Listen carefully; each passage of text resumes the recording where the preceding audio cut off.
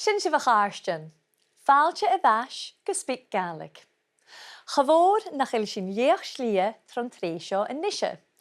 Agus a hiúns go raibh tachairt mór a ha sin, sé cudaman móra, big events, cudaman móra, ceann chiicisk a program seo. Now, in the aftermath of a cudam mhór, possibly because people have very likely been in high spirits, we sometimes hear the following phrase. Chaiad amach ar a chéile. They fell out. Chaiad amach ar a chéile. Agus get a bhís sin na cloinsin na hapar seo tuiris neo gas a na léir go deiribh cha bhí sinne a dul amach ar a chéile. Seo na haróin. How to wish someone well on special occasions. Ach cúnig, go bhfuil sin gáil teosláinte do fáilte an ochcast. Calum MacIlleathain discovers an unusual practice which takes place in the run-up to weddings. And we'll be talking all about birthdays.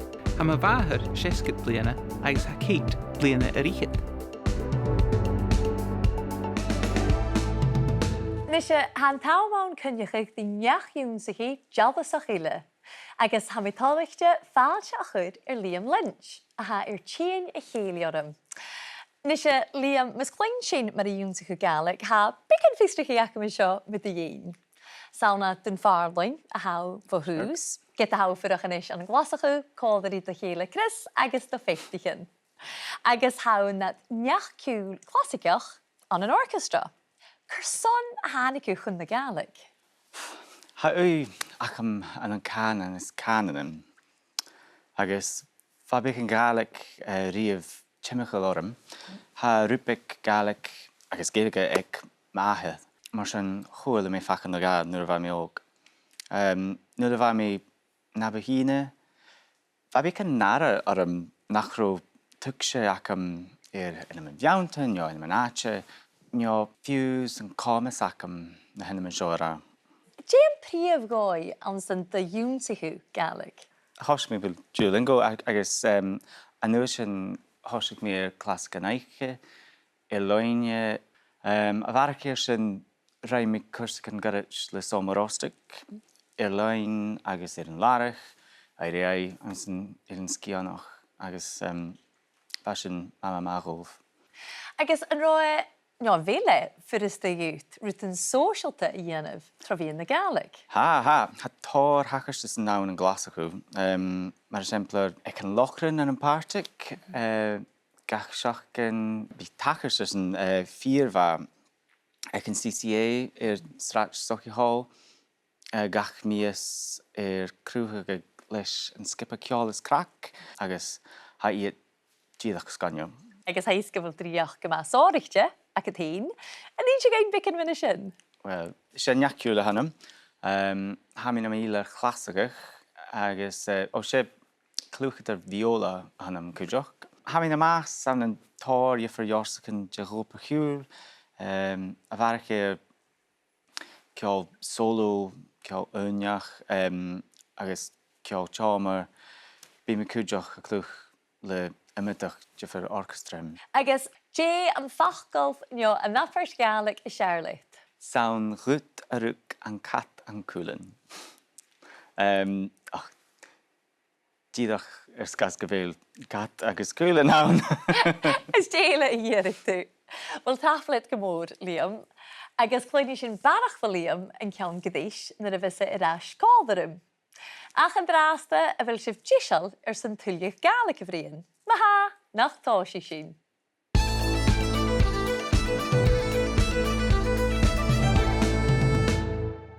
Ha mi dul le háiseach le céist bhunateach. Dé hawn an cúdam? Well, it can be a reception, a feast, or a large get-together, and on occasion, even a concert. Cúdam is another of those versatile words which can be used for events where people come together to celebrate. Bí sin na cúmal cúdam an móra san tachairt nio aman an móra nar bethe a chothirichuch, to mark or celebrate great life events or occasions. And examples could be a banish, a wedding, bhanais. Baisteach, a baptism or christening. Baisteach. Or a ceòladair, a birthday. Ceòladair. And what they all have in common is a desire to congratulate. Meallanach a chuireadh. Meallanach a chud iad cúteagan. Let's stick with ceòladair bray for now. To find out when someone's birthday is, you could ask, Cúnne bhís do ceòladair ann? When will your birthday be? When's your birthday? Cúnne bhís do ceòladair ann? And to answer, we use the form Bí mo ceòladair iad. My birthday will be on. Bí mo ceòladair iad followed by the day and the month. For example, if it was on the 3rd of March, you would say Bí mo ceòladair an tres lá den bhairst. Bí mo ceòladair an tres lá den bhairst. And you can find lots of additional learning on our website about numbers and dates and how to use them. Now, having found out the date of someone's birthday, if you're on familiar enough terms, you could ask how old they'll be. To do this, you say, Déanúis a bhís tú? What age will you be? Or, how old will you be? Déanúis a bhís tú? And if they're willing to tell you, the answer should be Bí me, followed by their age, iad mo ceòladair. For example, if you're 40 on your birthday, Bí me ceirit iad mo ceòladair. I'll be 40 on my birthday. Bí me ceirit mo ceòladair. And if it's a special birthday, Cólachrí ceirit, that's a ceòladair sóireachta. Ceòladair sóireachta. Nishe, nach éisisin rís a náchóirich far a bhfuil ar canachan sa nunat a bríonn ar cudaman agus ceòladair bray.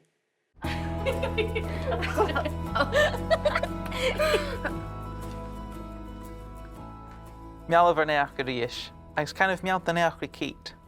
A mi dos gan cóirt an party ríomh. Jerry.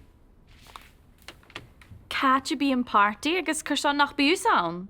Bí an party tuamh hála chuan an Canada, a ceòladair a bhathair agus ceòladair a fethir bice an dú. Gún mí thucha is chur mí meallanach gore. Déanúis a had. Ha ma bhathair 60 bliana agus ha cít bliana a ríchiad. Had da ceòladair mórach an dí seachge.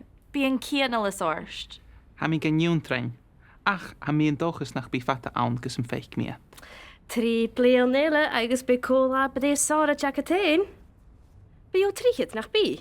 Bí mi tríchiad bliana a gis. Cúnne bhís do ceòladair ann? In critich tú ha ma ceòladair a chóig go bhlá fichiad yen dúlach, lán an nolacha, unfreisend in áte gá gása. Há fórstanach nach ilta ceòladair in an nuaidh a bhlá fichiad sgìrean. Féime tú meallanach go chud is bró na cúteach. En aan een dú a had de ceòladair sa. Gaan aan. Ha chóirle ir upper ure haven go. Meallanach, ha mi an dochas gun gabhúris an upper. Gaan aan na hula lá a bhís mád ag mach an táisich. Agus, son an dachatas mór a chárachuch, ha sin get all a hors cúdach do charitin, chin copártich, an sa flatach in a naich. In si go an? Smí a hic. Ach cúnig, go bhfuil sin gáil teosláin a do fátach an ochcast. Ha cúdam na colaiste a táiscú I gceann uad a héide. Ha mín dochas gon bí Patrick cears go leor. Bí, ha a bhís nach aine ras. Agus bí esan arí party cúteach. Seagan fallaf. Seag, han úne a ruiorn? Ha síise go spatial. Tapalat? An dúlan bí na ginnichan seo frickerach son cuam mhór.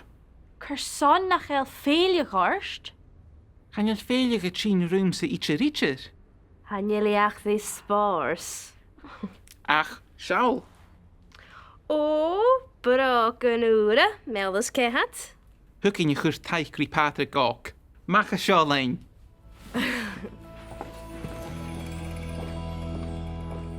And the thuig sibh a bhórchuid dina bha Mícheál, Sophie agus Rona a gra. Did you understand most of what Mícheál, Sophie and Rona were saying? Va Mícheál a bríon rivahith an Canada. Agus thuairste, Mealladh Congratulations. Mealladh. Now, it's not clear at this point whether he's just being polite or if more than one person is being congratulated. But it turned out that there were da chola brí mór, 2 big birthdays. Da chola brí mór for the family, as he explained that it was chola brí mo bháthair, my mother's birthday, chola brí mo bháthair.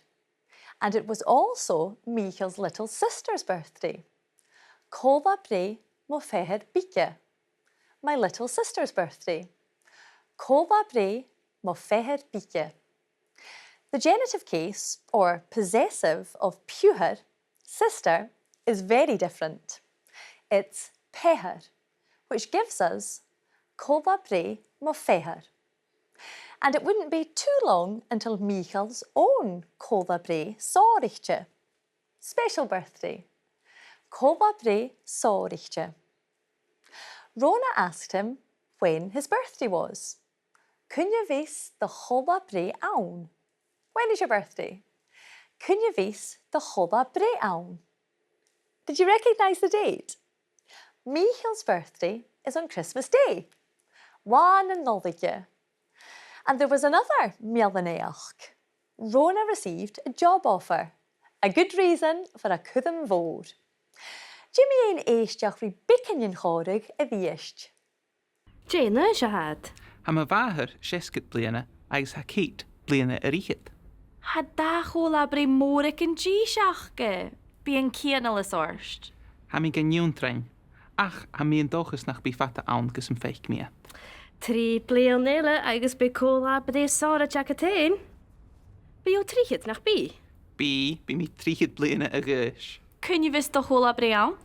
In critich tú ha ma chola brí a choig of lá fichid jen dúlach, lán an nolake, unfreisend in áte gá gáse. Agus an isise nach téitsin na chéalaí Calum Maclean, a ha a bhí rannsachadh tachairt go ma amasach. I don't want to spoil the surprise, mar sin, chachan mi an cór. I'll not say any more. Or ha mi san sin ácal ag a héin. Coirsnachcin Bice na h-Alba, Scotland's small communities. Coirsnachcin Bice na h-Alba. Nach iad hábáoch, agus itálach luchtúris as gach cearní, from every area, as gach cearní. Ach an an cúidte coirsnachcin fiach Alba, ha cleachcíon neánach, strange customs, cleachcíon neánachachge mus pástaine. As na seachcanin Ronna fósaigh, bí nábíon is carachin a glachcaigh fer is ben na bainse, the bride and groom, fer is ben na bainse, son in dùthchail, the blackening in dùthchail. An interesting Scottish custom. Oh. Eentje nog geriedef. Jé gírach an an dùthchail me ha. Wel, me heit de huig biu et de chátoch le immig stu sgreffal. Ans na herrig far a ville et tachairt gema tric, chai Liam MacLoingsich a huig muste fáse, ach jé chudéad Flúr, uien, treikel, scat en seilch, le Gaelic na was, hulik ha banje, banje grot, vet tough. Wach, goed hoor je in walen sjo, gus jach mi rui ach, haro féimse pian, wa mi me geugwachke gus. Wa mi smainach wat dong am ein, dus harish in a prionnetje na misje de glut en jachkus en ein, gus, wa mi just smainach wat da jachken kan de fose. Gus mi zeg stoch, gul misje self giljore sjo, ach, haro. Is je de garretje nog een sjo? Tje, we gaan het je wel, tje. En zeg je we maken de gele? Gaat jach nog, geforst nog gaat jach. Maar het was jullie in je kool. Dus helemaal zo nog lang kun je gaan. Get wel niet een week gaan. Ach nog honderd keer je trailer. Dus dan je kar uien naar hem. Dus fleurs, multen aan de mes. Ja, wie fjokkels. Wij koningen in je wak. Gun chickiv some bee, without a doubt. Gun chickiv some bee had duach anasach. Agus rutikin michaler, somewhat unpleasant, rutikin michaler. Ach a haast imitoch kicht akamien. Ma how een doel rutin ha dachtje hat lorst. Kushana say duach ahead, nach bieg dahig na biar. Agus koos a hanik en klechkig as a hiert allemach. Kimmer de haasje. Ha mi a sirig jáliche. Ma hou a fyrach aan een skiere húchel en aatjes een bie aan een alpe, no aan een eri natua. Geut ik een fachke tu seo a tachairt. Agus ma chunnig cud mi geall al bet cud mi geall nachtjache as de gaine. Hi Sheila. Ha Sheila Young en loip steach Elphinstone ag alhai op a rein. Agus ha ishe vi a rannsachadh, she has been researching vi a rannsachadh a chlechki anasich seo fiach na dúcha. During the 60s and 70s, it was called by some a blackening and by others a feet washing. But when you get to the 1980s, it's just called the blackening. When it was a feet washing ceremony, it was done indoors on the eve of the wedding, and the feet and the legs were blackened. Probably from about the start of the 20th century onwards, it moved outdoors. Once it moved outdoors, the sky was the limit. You know, you could pour anything on top of people, and they did. And do we know the origins of the ritual? Like many traditions, it's virtually impossible to actually find a source. So it could be ancient, it could be Christian. You know, there might be some analogies with the washing of the disciples' feet by Christ. It could be pre-Christian. Who knows? Aper klechkig. Maar is trieke nu vis me a gionzachig mu klechkien agus mu traditionen, customs and traditions, klechkien agus traditionen, well, gaan heel more an kjal achke room heen. Usually when I learn about customs and traditions, they don't apply to me. Ach, ha mi a fyrwch an an balabig dùthchail agus na ben roots can torrin Gaelic bossy shachat la bria chorican well stocha can be duig fare gos a kutchach. Joy, stocha gren root a shar, gun pass me, gun inche do gunye. Na dian sin ítere Calum, or chórstige dum a bhí ag an dúig. Agus chael mér sons gon chéit sin amach ar a chéile. Agus apper gon du Calum h-Alba fér na cleachcían agus traditionen a hacking an an alpa. One phrase I hope you won't have to use too often is ruthigan mi-chaler, something quite unpleasant. Ruthigan mi-chaler. We also learnt the Gaelic for the bride and groom. Fer na bainche is the groom. Fer na bainche. And ben na bainche is the bride. Ben na bainche. Fer agus ben na bainche. Agus cainichah gymfaisif na ffilmich yn gilieir ag Calum ar an láirich acin. Cwyd je ddys am palchas dùn Phàrlain. Agus ma ha sif a sidig an tuilleadh taich, yf sif an program seo le fo-thiotalan channel YouTube BBC Alba.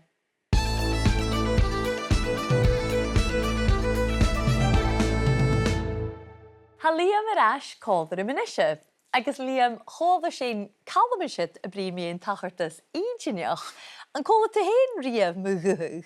Cha chóla mi dhéana riamh. Nisio sé curaman móra cúsped a program seo, agus bíosa a clúich ag curaman móra íte.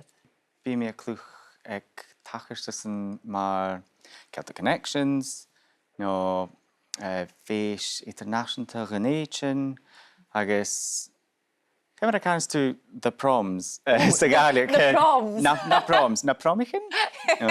Cwyw. Na promichin an London gwydioch. Ma gyda'r. Cwna orchestral an sa byw y clwych? Mae'r tric bu mi y clwch leis an Orchestral National Rigon na Halapa, agus leis an Orchestra Symphony BBC na Halapa gwydioch. Agus Jane Thatcher is mó an san do chlwychw y ddiaf? Chlwch mi awn yn an hydro an glasachú agus Murrayfield an Donation agus tala Regal Albert an in London Kujok. Agus ein seo míon a bhí clúich na fíle, jo. Cym ar a háisi hiú? Háisich mi nuair bha mi 3 bliana díag hús agus nuair bha mi 4 bliana díag chaimig an Academy Regal Ceolas Drama na Halapa gach de saharne. Sé Conservatoire Regal na Halapa haunanis a fysam joy ha mi chwsiensin. Céineacham sa un nuair a sé sin a bhean go deach. Chord a raim sa gomór agus a bharach ceo clasagach bha ui fór ac an ceo tradition ta ciúdeach. Agus chaimi awn lá núne san céim urimach ac am.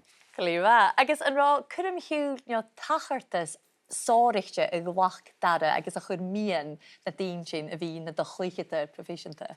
Chynnig mi an ílar lei Anthony Marwood a clúch an darna concerto Prokofiev leis an Orchestral Symphony BBC na Halapa an piars ní a bha mi díirech an íle atáiseach thug sin bua mhór orm. A bhíú ítear a clúich an cuirim in Gaelic? Uad an a GNF project an le ceol Gaelic is barstach Gaelic mar exemplar strúlik call a rútsa joy ag a gemach an choláis agus project Ashik colorí Marianne an Cúrig agus an nuas dú. Agus Jane Hammerson a ha acet, le do chuit Gaelic agus le do chuit ciúl. Bhíon díadach chotálaigte a bhí cámasach ar Gaelic na smócha clachtag san ópar san ánirteach. Ha me go gach sydd agus lecht le do chuit Gaelic agus cúdeach le do chuit ciúl. And remember, a version of today's programme with English subtitles is available on BBC Alba's YouTube channel to support you with your learning. Nisha was Lynch Yorn Lishan Yúnsachadh, Jimmy Ain Bicken Jin Chorug ava ether Michael, Sophie, agus Rona Choyet a bhiist. A mi an dochus gun gafú leis an oper. Gan an na hula lá a bhís mád ag mach an táisí. Agus, son an dachairt mór a chárachach, ha sin get alle hors cúdach to charitin, chin copartig, an sa flatek in a naich. And you go on? Smie hick. Ach König, go bhfuil sin gáil teosláin a fatig an ochcast. Ha cúdam de colaiste a táisgrú a gceann uad a héite. Ha mín dochas gon bí Patrick cearrscoileor. Bí, ha a bhisnach aine ras. Agus bí esan arí ar party cúteach. Shargan fallaf. Seag, han úne a ruúorn? Ha síseach o spatial. Tapalaat? An dúlan bí na ginnichan seo frickerach ar son cúram mhór. Cur son nach eil féile gharst? Gan jan féile a tín rúm sa itse rítir. Han jeliach these spars. Ach, Saul. Oh, brak an ure, meldas cehat. Michael congratulated Rona on her job offer, and in hoping she would take it, quoted a well-known Gaelic saying, Chamaun a hula lá, it's not every day, chamaun a hula lá, that Macintosh holds court. If is mod ag Macintoshich. Chamaun a hula lá, if is mod ag Macintoshich. Which means that an opportunity like that doesn't come up very often. Was Sophie agus Rona a gulbachach mar ha, san an tachairt mór a choharachuch, to celebrate or mark this great event. San an tachairt mór a choharachuch. But they had another cúdam to attend before that, where Patrick was playing, and where there would be a golf joch sláinte Patrick. Raising a glass to Patrick. A golf joch sláinte Patrick. Rona joked about Michael's jeans, asking, Cur son nach il féile gorst? Why aren't you wearing a kilt? Cur son nach il féile gorst? And Michael's response, although I'm not sure I agree with him, Chan il féilig I chain dúmsa. I don't suit a kilt. Chan il féilig chain roomsa. But his new shoes were a talking point, with Sophie using a phrase often quoted when someone has something new. Mealdas ceòladair. Enjoy and make good use of them. Mealdas ceòladair. Agus cainigh gymfaisif na córians yn treisio an larich lénacin, le tar sgìrean da chananach, bilingual transcriptions, tar sgìrean da chananach. Here's a reminder of some of the things to look out for when discussing numbers in Gaelic. An toiseach a rih a ga. Remember that with a noun, i ga becomes da, the noun lenites, and it takes the singular. Da chu, da hui. To dog, to house. The lenition also runs through to the adjective if there is one. Da chu vik, da hui vór. Larger numbers also take the singular. Fichet cacht, lichet bate, ciet dunne, ciet mille falche. Measured amounts tend to stay in the singular, and that includes bliana when talking about age. So, shia bliana gúis, och bliana diag, trí bliana irichet. And in the teen numbers, the noun usually comes before diag, och bátichin diag. This is the word order we hear in dates. In Siahav La Diag Gin Varsht, the 16th day of March. Nui Kiet Diag, 1900, and Nui of Yin Diag, the 19th century.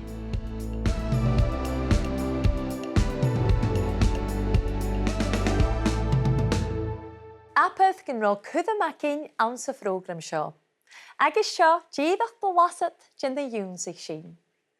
To find out when someone's birthday is, you would ask, Cún je vís do chola bre aun? Cún je vís do chola bre aun? And the answer is likely to be, Bí mo chola bre éiad. Bí mo chola bre éiad, followed by the date. To find out what age someone will be, you can ask, Jé nu je vís tú? Jé nu je vís tú? And they're likely to respond saying, Bí me, followed by their age, éiad mo chola bre. Bí me, followed by their age, éiad mo chola bre. Wel, ach arstan, ha mi dulich ra go bhfuil programile tín go críoch. Ach, nach mar einsef gur ik seo slia gefilantach sa Gaelic. Mealda verneach. Cainigh gym faisif na programan san trésa iPlayer a BBC. Agus an larich lénacin, jef sif an tuilleadh gadas an Tionndadh agus fiosrachadh ma chlasichan. Agus na diachnigh na podcastan, SpeakGaelic agus SpeakGaelic Extra BBC Sounds. Ach bhuam sa an drásta, beannach leibh.